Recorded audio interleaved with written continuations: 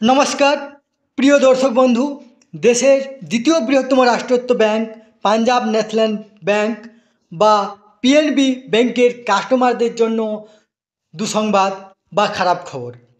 এই খারাপ খবরটি আপনার আগামী মাস থেকে লাগু হবে, অর্থাৎ 1 অক্টোবর থেকে। আসুন কি খারাপ খবর আমরা দেখে নেব।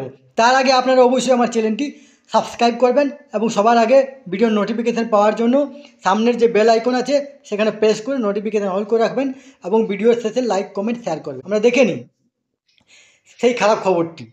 পাঞ্জাব ন্যাশনাল ব্যাংক আগামী মাস থেকে বদলে যাবে নিয়ম, খরচ বাড়বে এই ব্যাংকের গ্রাহকদের।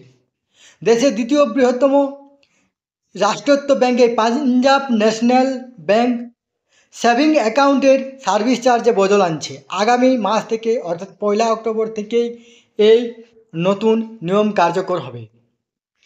পাঞ্জাব ন্যাশনাল ব্যাংকের সেভিং অ্যাকাউন্ট থাকলে আগামী মাস থেকেই আপনার খরচ বাড়তে চলেছে।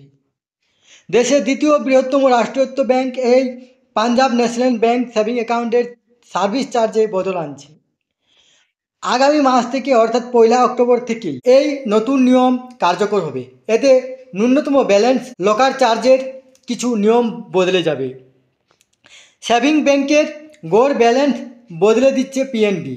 গ্রামের শাখায় এখন থেকে মাসিক ও ত্রৈমাসিক হিসেবে সেভিং অ্যাকাউন্টে 500 টাকা রাখতে হবে।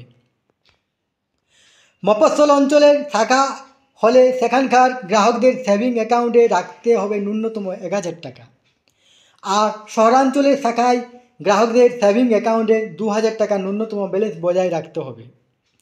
আর যে সমস্ত গ্রাহক এই ন্যূনতম ব্যালেন্সের বজায় রাখবেন না তাদের 50 টাকা থেকে 250 টাকা পর্যন্ত জরিমানা হবে।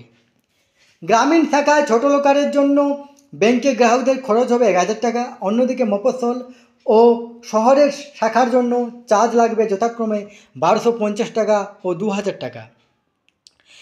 আর পিএনবি সম্প্রতি ডিমান্ড ড্রাফটের চার্জও বাড়িয়েছে। এখন থেকে 0.40% চার্জ দিতে হবে, অর্থাৎ ডিমান্ড ড্রাফটের জন্য 50 টাকা থেকে 15,000 টাকা চার্জ দিতে হতে পারে ব্যাংককে। আর ব্যালেন্স না থাকায় চেক বাউন্স হলে আপনাকে 300 টাকা জরিমানা দিতে হবে।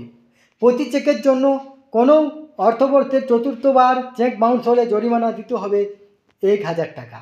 এই যে আপনার সেভিং অ্যাকাউন্টের যে মিনিমাম ব্যালেন্স, সেই মিনিমাম ব্যালেন্সে সবথেকে সমস্যা হবে গ্রামের ব্যাঙ্কগুলিতে। কারণ গ্রামের ব্যাঙ্কগুলিতে যে সেভিংস অ্যাকাউন্ট থাকে সেই অ্যাকাউন্ট বেশিরভাগ কিন্তু গরিব, যারা 100 দিনে কাজ করে, যারা সাফাইয়ের কাজ করে, যাদের 500 টাকাও মিনিমাম ব্যালেন্স থাকে না অনেক সময়, তাদের ক্ষেত্রে খুব সমস্যা হবে। এই তথ্যটি আপনার সাথে শেয়ার করলাম। সুস্থ থাকবেন, ভালো থাকবেন, ধন্যবাদ।